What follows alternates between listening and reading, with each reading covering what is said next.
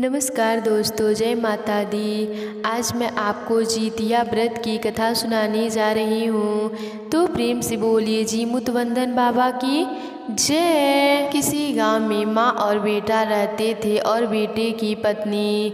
घर की आर्थिक स्थिति खराब होने के कारण बेटा विदेश कमाने चला गया। अब घर में बस सास बहू रहते थे। बहू अपने सास से घर का सारा काम करवाती थी और अपने बैठकर खाती थी।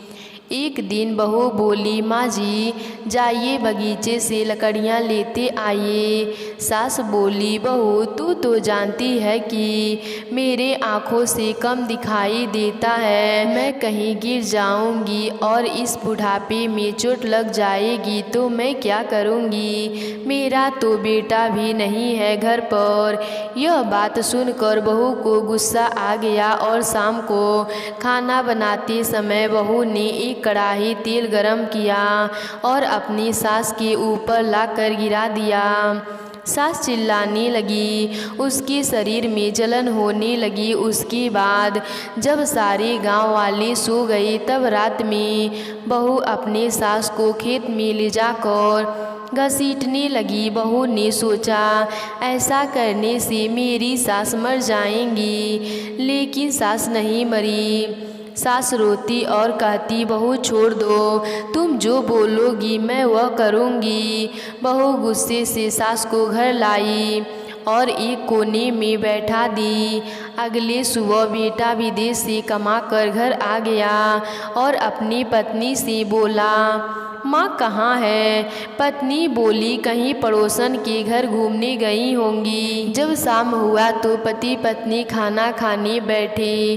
बेटा बोला, माँ अभी नहीं आई, माँ को भी खाना दे दो। बहू बोली, हाँ आ गई हैं, खाना दे दी हूँ। बहू ने चावल के ऊपर का सारा चावल ले लिया और नीचे का खुरचन करके अपनी सास को दे दिया।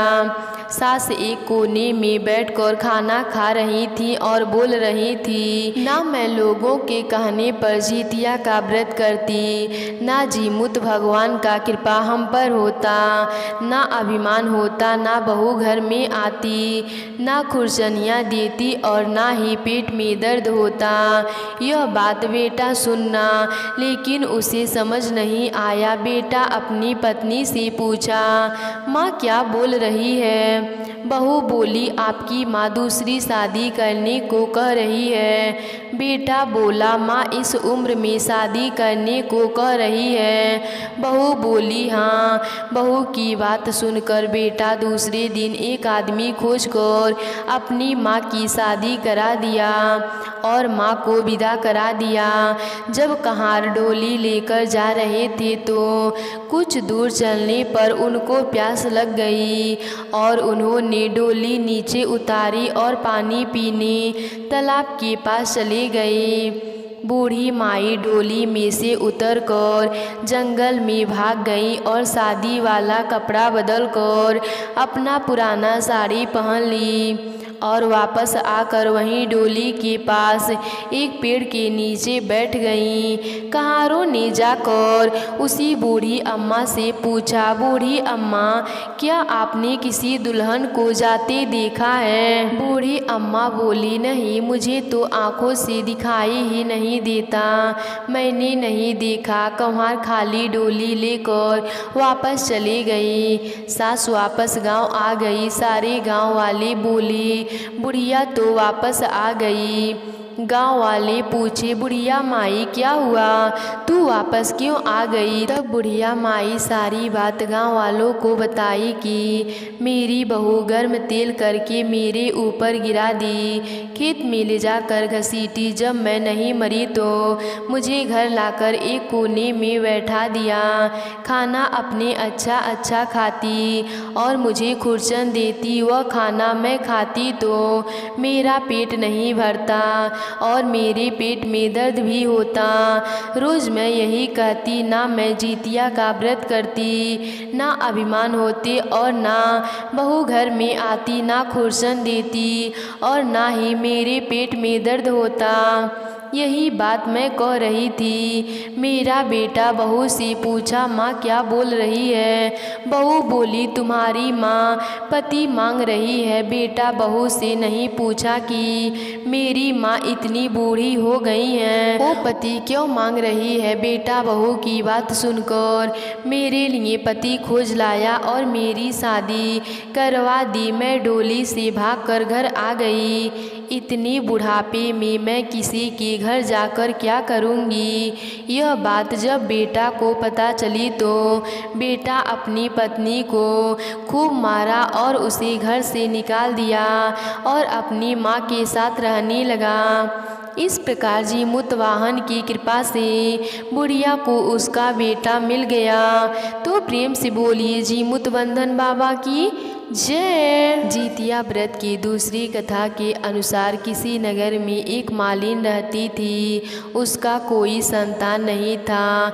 मालिन जब गांव वालों को फूल देने जाती तो उसके हाथों से कोई भी फूल नहीं लेता।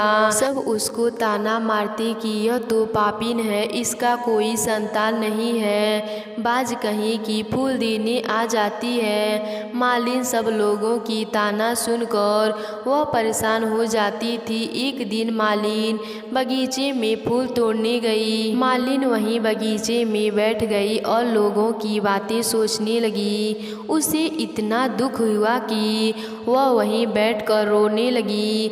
वह इतना रोती इतना विलाप करने लगी कि जी मुतवंदन बाबा की जब कानों में उसकी आवाज़ गए तो वह सोचे, कौन स्त्री है जो इतना रो रही है? तो जी मुतवंदन बाबा ने एक साधु बाबा का भेष बनाकर उस मालिन के पास आए और बोले कि क्या हुआ, तुम इतना क्यों रो रही हो?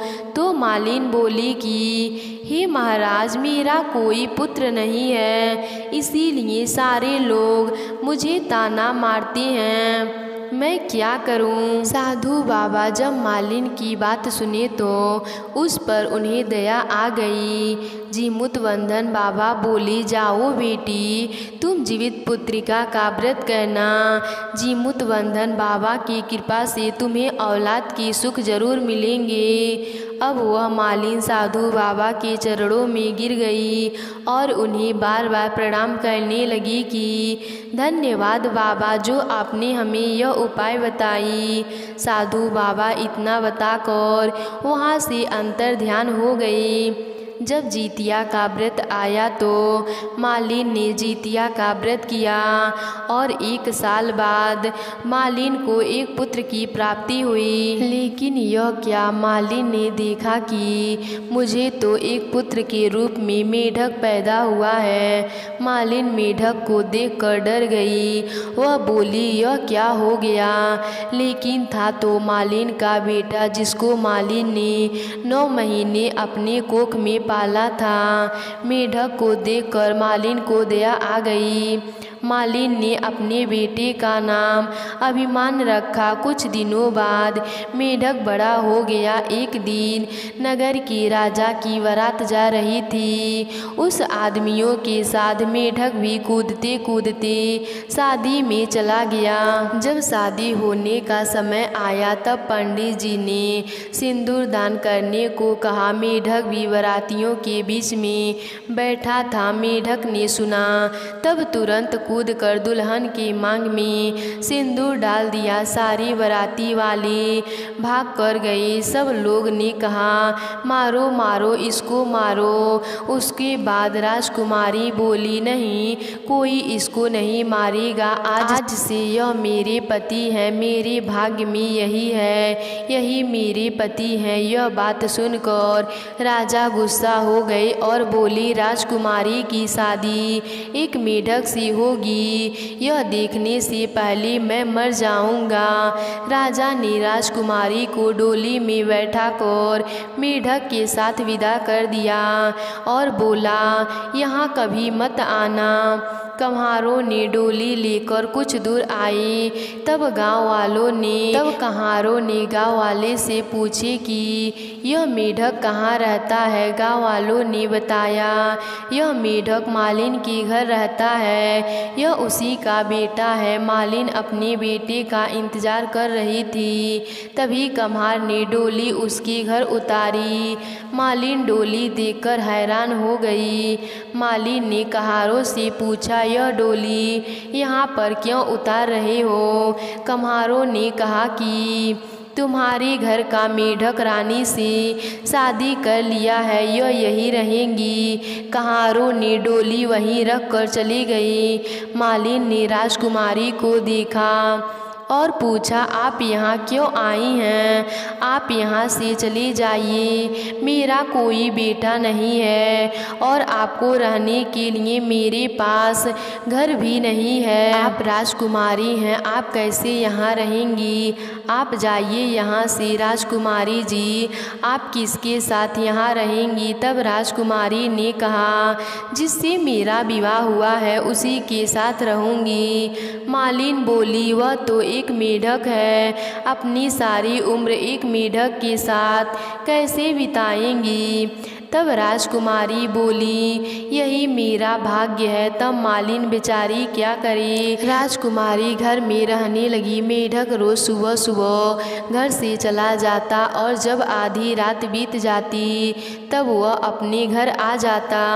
इधर राजकुमारी घर का सारा काम कर देती, अपने सास को खाना खिलाकर सुला देती। रात को जब मेढक राजकुमारी के पास आता तो अपने शरीर का मेढक का छाल उतार कर खूंटी पर टांग देता और वह एक सुंदर राजकुमार बन जाता।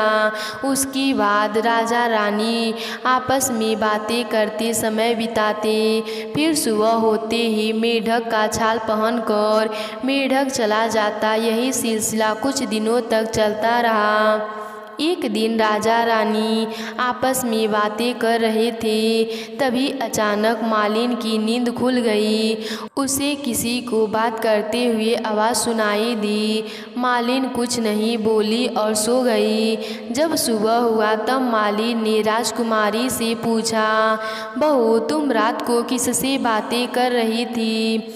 बहू बोली, मैं किसी से बातें नहीं कर रही थी, मैं भगवान से बातें कर रही थी। मालिन बोली, नहीं बहू, भगवान से बातें नहीं कर रही थी, किसी आदमी की आवाज़ सुनाई दे रहा था। बहू बोली, नहीं माँ जी, मैं किसी से बातें नहीं कर रही थी। मालिन चुप हो गई और अपना काम करने लगी। कुछ दिनों बाद मेढक ने रानी को खूब पैसा देने लगा। रानी अपने घर को महल जैसा बनवा दिया। सारे गांव वाले देखकर हैरान रह गए। सब कहने लगी, मालिन के पास कहाँ से इतना पैसा आया। अब तो मालिन भी राजकुमारी के पास जाकर रोने लगी और पूछने लगी, बहू तुम बताओ यह सब क्या हो रहा है? हमारा घर कैसे बन गया? हम इतना धनवान कैसे हो गए? मालिन को रोते हुए देखा बहू को दया आ गई। उसने मालिन को सारी बात बता दी। उसने कहा, माँ जी आप जानना चाहती हैं मैं रात को किससे बातें करती हूँ और आपका मेढक बेटा कहाँ है? मालिन बोली, पता नहीं मेरा बेटा अभिमान कहाँ चले गए। बहू बोली, माँ जी आज रात को आप खूब ज़्यादा आग जला दीजिएगा। आज रात को मैं आपके बेटे से मिला दूँगी। जब रात हुआ तो मालिन ने आग जला दी। जब मेढक आया और अपना छाल उतारा और खूंटी में टांगा, तब बहू छाल लेकर आग में डाल दी और मालिन को उसके बेटे से मिला दिया। मालिन अपने बेटे को देखकर बहुत खुश हो गई और बोली, बहू अगर तुम आज नहीं होती तो मुझे कभी संतान सुख नहीं मिलता। अब मालिन और उसके बेटे बहू खुशी पूर्वक अपना जीवन व्यतीत करने लगे। तो प्रेम से बोलिए जी मुतवंदन बाबा की जय।